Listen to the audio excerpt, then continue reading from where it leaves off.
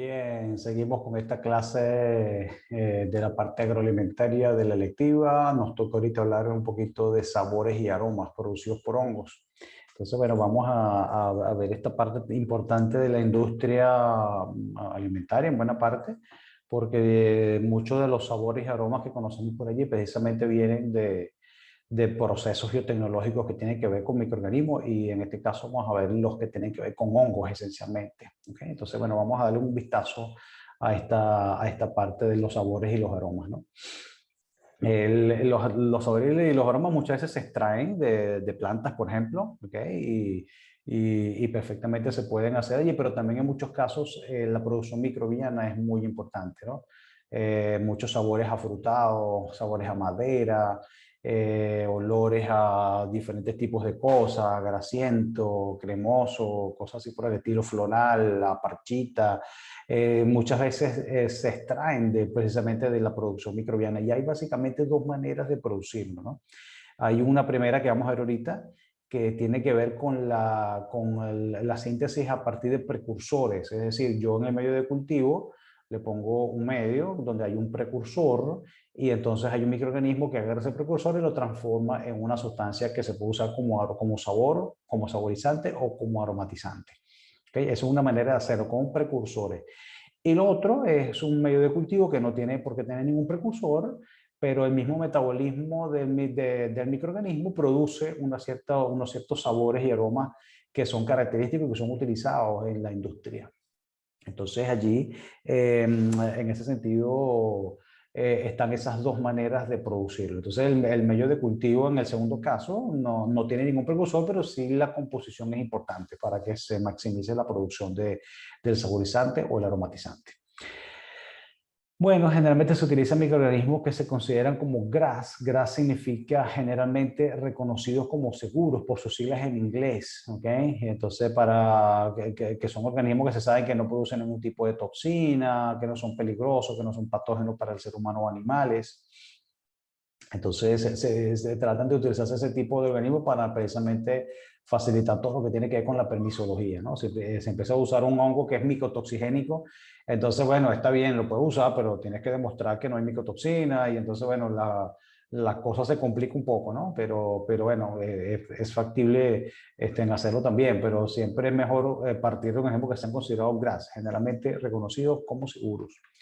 Entonces, bueno, aquí tenemos la producción a partir de precursores o de novo, ya había dicho esa parte, vamos a ver primero cómo se producen a partir de precursores y después cómo se producen a partir de que el mismo microorganismo los produce, pues sin ningún tipo de precursor en el medio. Los hongos son muy importantes, transforman terpenos que son responsables de aromas florales, ¿okay? Entre muchos otros aromas que pueden estar ahí involucrados. Vamos entonces a ver ahorita un poquito cada uno de ellos. ¿Okay? Entonces vamos a empezar con los terpenoides. Los terpenoides representan el grupo más grande de productos naturales. ¿Okay? Los producidos por hongos son utilizados en varias industrias de alimentos y bueno, comenzamos con el isopreno, ¿no? que es un precursor mundialmente conocido para precisamente transformarlo en diferentes sustancias que tienen que ver con el, uh, con los aromas y los sabores, ¿no? Desde aquí tenemos, por ejemplo, el limoneno, ¿okay? Que utilizando Penicillium digitatum, ¿okay? Se puede producir un terpeniol, ¿okay? Y eso lo hace Penicillium italicum. Entonces, bueno, esa es una de las razones más utilizadas, ¿okay? Utilizando esos monoterpenos. En este caso, fíjense que la sacarosa disminuye el rendimiento, entonces en el medio no debería haber sacarosa. Es una reacción de un paso único que involucra la hidroxilación del carbono 3 y en este caso el pergiloceluloseae puede degradar el limoneno o transformarlo en carbeol. Ya vamos a ver a qué huele o a qué sabe el carbeol, ¿ok? Usando, por ejemplo, aceite de concha cítrico como fuente de carbono. Algunas levaduras también se pueden probar en este tipo. Otro tipo de sustancia es el pineno, ¿no? Entonces, aquí tenemos una oxidación microbiana, en este caso utilizando Aspergillus niger, ¿ok? Hay una oxidación a sobrerol, ¿ok? Y a mirtenol, que también son dos tipos de sustancias que se usan para producir sabores y aromas, ¿no? Están, bueno, dentro de los terpenoides, que tenemos una tablita donde podemos ver algunos hongos, el sustrato que utilizan como precursor para producir el aroma o el sabor, y además el producto, ¿no? Se produce carbeol, se produce ácido penílico, el terpeniol, que yo necesito, el verbinol, ¿ok? Entonces cualquiera de esos que están allí. Entonces, por ejemplo, el carbone tiene olor a comino, ¿ok? Este que está aquí, el piridil alcohol a canela y el terpeñol a lila, ¿ok? Entonces, bueno, dependiendo del producto, entonces ahí se pueden ver varias cosas. Estos que están aquí son hongos, ¿ok? Que producen un olor en particular. Esto huele a coco, este membrillo, este agrio, este a pino y este como afrutado, ¿no? La sustancia que origina ese sabor en particular son estas que están acá: serpentipinol, pirona, el etiléster, la gamma-lactona, ácido cítrico, entre otros productos que están allí, para que haga un poquito el resumen de las cosas que se pueden producir y los tipos de hongos que se pueden utilizar para producir esos aromas y sabores. Bueno, los ésteres son otras sustancias que también se utilizan para obtener aromas y sabores. Por ejemplo, con el caso de risopus urizae, a partir de ésteres alifáticos, y tolera altas concentraciones de sustrato como el genaril butirato, que tiene un olor a manzana, ¿ok? Y Rhizopus de Lemmer esterifica en hexanol a exil caprilato, que huele a manzana, banana, o sea, afrutado, pues, ¿ok? Entonces que tenemos varios productos como este genaril butirato, el hexanol y el exil caprilato, que tienen entonces esas propiedades. Bueno, el carbil acetato huele, sabe a menta. A partir de nerol, que es aceite esencial de limoncillo, usando mucor, ¿ok? Entonces aquí está el carbil acetato, este es el nerol, y eso es lo que le da un sabor a menta en esa fermentación con mucor, ¿ok? Entonces, bueno, eso también es muy utilizado en la industria. Tenemos entonces perejil níger, forma acetatos de citronelol, genariol, linalol, que tienen olores a flores, a frutas y a madera. ¿Okay? Aquí tienen las fórmulas químicas de cada uno de ellos para que se vayan. Este es el que tiene olor a madera, el linalol, ¿okay? El genariol, olor a flores, y este citronel tiene olor a frutas. ¿Okay? Entonces, bueno, ese es más o menos entonces así como funciona todo esto. Están las lactonas también. Aquí hay algunos ejemplos de lactonas, como el ácido octanoico, la delta octalactona, que tienen olores a coco y sabores a fruta. ¿Okay? Entonces, allí y también mucor está involucrado en este tipo de fermentaciones, de producción de esos aromas y sabores. El 6-pentil-alfa-pirona, Trichoderma marciano, Trichoderma viride, tiene olor así como afrutado, coco, e incluso a veces recuerda el queso azul también, ¿no? Entonces, este 6-pentil-alfa-pirona es muy producido por estas especies de tricoderma, en medios líquidos esencialmente, pero también en sólidos lo puede producir. Entonces, bueno, esos olores también se pueden extraer de ese tipo de fermentaciones. Están los aldehídos, formados por la vía de degradación Strecker de aminoácidos. Hay unos aminoácidos que están presentes acá, ¿ok? Y entonces se forman entonces el aldehído propiamente dicho. El aldehído tiene este doble enlace con oxígeno e hidrógeno como grupo funcional principal, y después lo que cambia es el grupo R, ¿no? Entonces, en este caso, en el benzaldehído tiene su grupo doble enlace oxígeno-hidrógeno unido con un anillo bencénico, entonces se llama benzaldehído, que tiene olor a almendras. Mientras que la vanilina tiene olor a vainilla, ¿okay? Bien, muy utilizados en la industria repostera. ¿Okay?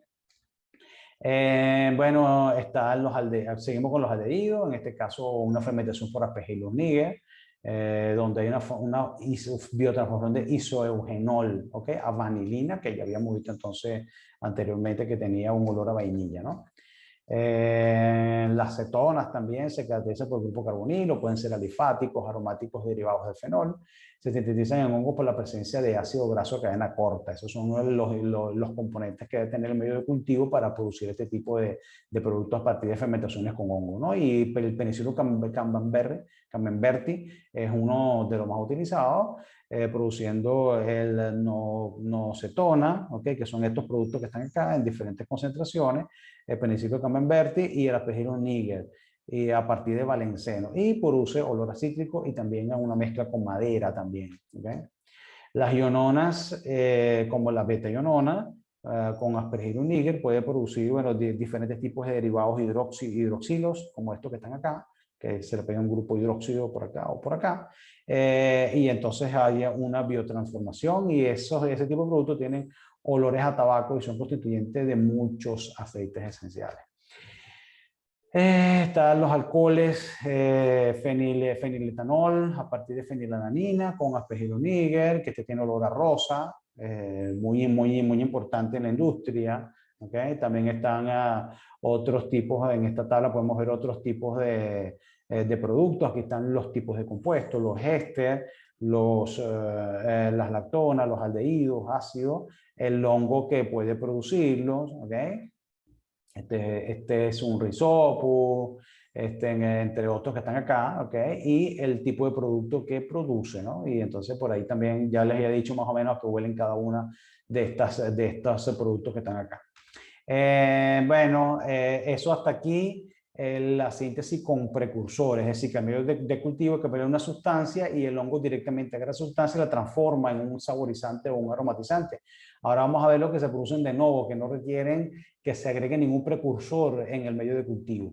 Entonces allí, entonces podemos ver entonces allí que no se requiere ningún precursor, pero los constituyentes medios son importantes. Entonces aquí vemos entonces una tablita donde está el hongo, está el atributo de olor que produce y el producto que está asociado con ese olor en particular. ¿Okay? Entonces, ahí simplemente para que vean un poquito, esa tabla ya la habíamos visto antes, pero simplemente para que recuerden un poco esta parte aquí. Entonces, estos no requieren precursores. ¿Okay?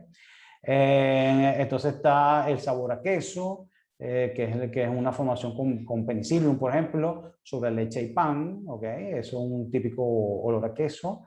Y los sabores de champiñón, donde hay, por supuesto, hongos involucrados, ¿no? El Lepiota, Trichoderma, el Lentinus, algunas especies de Pleurotus también están involucradas, ¿no? Entonces, por supuesto, si tú hueles el hongo directamente con un fructífero, te huele el hongo, ¿no? Pero aquí en este caso estamos hablando de fermentaciones incluso sumergidas que producen ese olor típico a hongo y se puede extraer a partir de esos líquidos de fermentación. Bueno, aquí hay algunos hongos y los olores involucrados en cada uno de ellos. Está el los agáricos, que es un fuerte olor a champiñón, por supuesto, no puede oler otra cosa, ¿verdad? Entonces está, pero se puede extraer el olor de allí porque lo puedes usar en otras cosas también, ¿no?